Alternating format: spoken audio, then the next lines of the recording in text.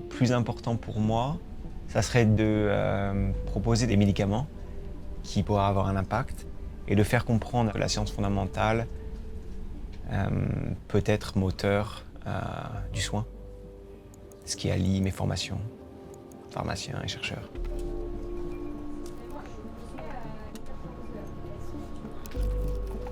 Dans mon équipe, on s'intéresse à tout ce qui maintient ce qu'on appelle la stabilité du génome. C'est tous les processus qui permettent que l'ADN, donc le cœur de nos cellules, soit stable et qui permettent à la cellule humaine de survivre.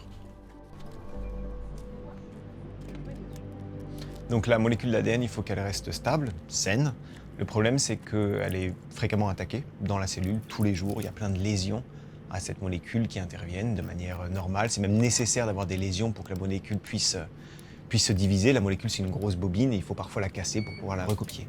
Donc il y a des processus inhérents qui cassent l'ADN et des processus qui sont dans la cellule qui vont les réparer. C'est ce qu'on appelle la réparation de l'ADN.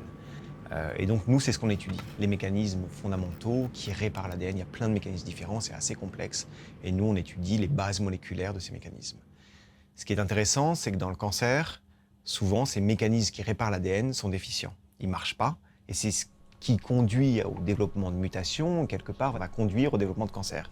C'est surtout vrai pour certains types de cancers, notamment le cancer du sein et le cancer de l'ovaire.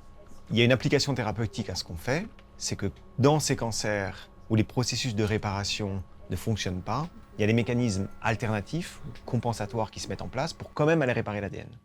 Et nous, le but de ce qu'on fait, c'est d'aller identifier ces mécanismes, d'une part pour comprendre comment la tumeur survit, et aussi pour pouvoir les cibler. Parce que si on va bloquer ces mécanismes, on va pouvoir tuer ces tumeurs, et seulement la tumeur, parce que juste la cellule tumorale utilise ces mécanismes alternatifs.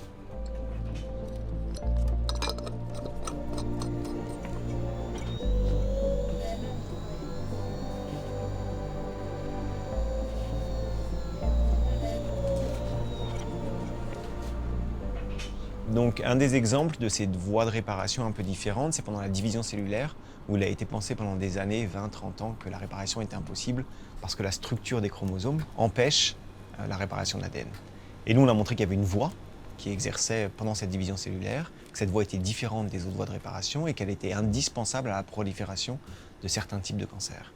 Et le projet Impulscience, c'est de vraiment étudier cette voie en détail, de comprendre comment les lésions d'ADN arrivent pendant la division cellulaire, comment elles sont gérées et comment la cellule fait tout pour prévenir qu'elles soient transmises aux cellules filles.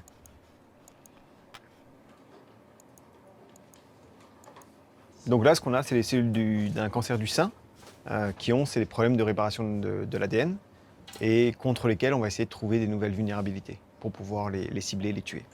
Là, on a une dilution de ces cellules, donc elles poussent bien, et quand on rajoute les drogues qu'on développe au laboratoire, contre les mécanismes de réparation qu'on a identifiés, on arrive à les tuer. Donc on espère qu'à partir de ces molécules, on pourra développer des médicaments. Donc c'est ce sur quoi on travaille aujourd'hui. Le chemin est encore long et ce financement Impulscience nous permettra d'avancer le développement de ces molécules vers le patient. Nous, en 3 ans, on n'a pas fait grand-chose. Il nous faut 5 ans pour faire des découvertes. Enfin, généralement, les découvertes, on les fait dans les premières années, mais il nous faut 5 ans, 3, 4 ans pour faire la démonstration. Donc on a besoin de recruter des gens et de les stabiliser sur une période longue. Et c'est ça que ce financement apporte. Et c'est ça que les autres financements français ou européens n'apportent pas quand on a des financements qui durent 2 ans, 3 ans. C'est trop court. Impulse Science, ça nous permet de recruter des gens 5 ans et avec ça, on peut faire des découvertes importantes.